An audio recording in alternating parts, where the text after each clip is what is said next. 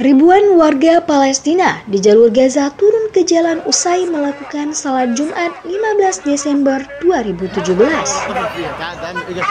Aksi tersebut merupakan lanjutan dari rangkaian aksi unjuk rasa menentang pernyataan Donald Trump terkait Yerusalem sebagai ibu kota Israel. Koresponden Wasata.com Muhammad Hussein dari Gaza melaporkan, aksi tersebut dilakukan di sejumlah titik di sepanjang jalan raya jalur Gaza menghubungkan Mesir hingga Yerusalem. Dalam aksi tersebut, warga Gaza berterima kasih khusus kepada rakyat Indonesia yang telah membantu Gaza dan Palestina selama ini. من هنا بنوجه الشكر للشعب الاندونيسي الذي وقف مع الشعب الفلسطيني.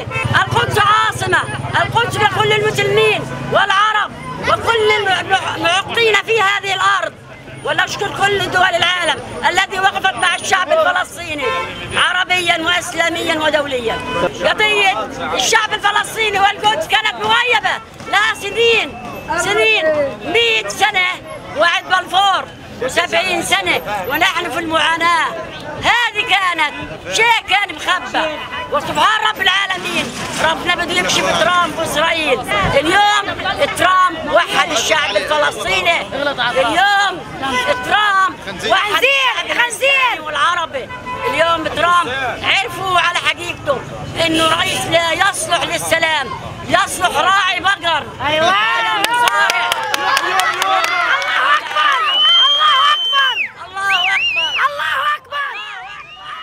Aksi tersebut dilakukan di sejumlah titik di sepanjang Jalan Raya Salahuddin, jalan raya utama jalur Gaza yang membentang dan menghubungkan wilayah Mesir hingga Yerusalem.